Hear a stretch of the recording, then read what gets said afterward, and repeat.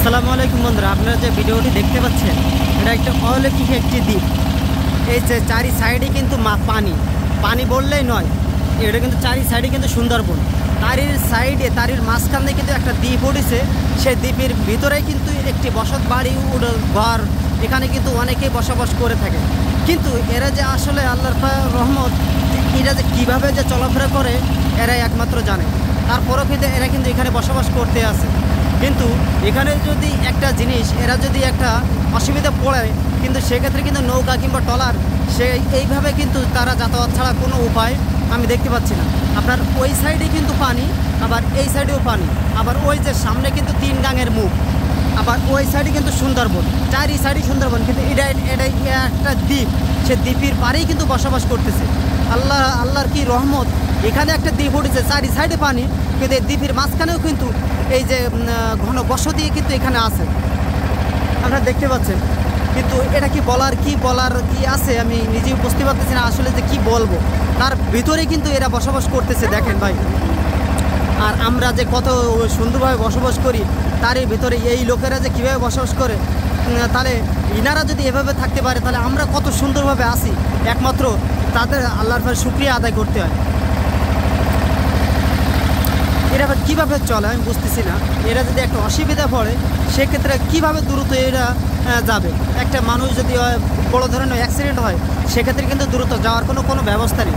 শুধুমাত্র নৌকা কিংবা ট্রলার ছাড়া আমি কোনো কিছু দেখতে পাচ্ছি না। অনেকে কিন্তু এই জাল দিয়ে মাছ ধরতেছে, এই মাছ মেরে কিন্তু জীবিকা অর্জন করে। আবার ওই সাইডে দেখেন সুন্দরবন, এই মাঝখান দিয়ে ছোট্ট একটি দ্বীপ, এই ছোট্ট একটি দ্বীপের মাঝখানে কিন্তু এরা বসবাস করতেছে। এটাই অলৌকিক একটি ঘটনা, আসলে বলার মতো কিছু নেই। তারপরেও আপনারা যদি ভিডিওটি দেখেন অবশ্যই শেয়ার করে আরেকজনে দেখার সুযোগ করে দিন। আপনাদের তো লোকেশন বলতে ভুলে গেছি। এটা হচ্ছে কালাবাগীর দ্বীপ বলে, কালাবাগী, এখানে কালাবাগী বলা হয়। কালাবাগীর সাইডে কিন্তু সুন্দরবন এবং তার সাইডে কিন্তু পার্ক। এটা কিন্তু কালাবাগীর আর কি একটা দ্বীপ বলা হয়। সেই দ্বীপের মাঝখানে কিন্তু এরা বসবাস করতেছে, দেখেন। আল্লাহু আকবার, আল্লাহু আকবার, এত সুন্দরভাবে এরা বসবাস করতেছে। কোনো দুই সাইডে কিন্তু পানি, মাঝখান থেকে শুধুমাত্র কিছুটা উঁচু একটি দ্বীপ, কিছুটা, তারই ভিতরে কিন্তু বসবাস করতেছে।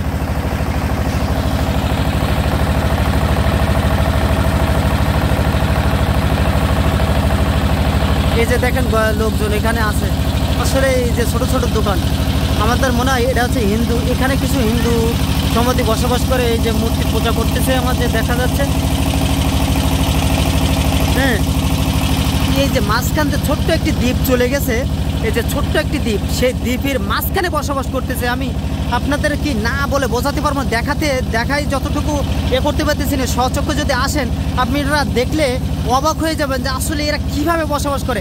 এবার এই যে দ্বীপটা যদি একটু ক্রস করি সেক্ষেত্রে আপনারা যদি দেখতে পান, এই যে দেখেন অবস্থা, চারি সাইডে কিন্তু শুধু পানি আর পানি, পানি আর পানি।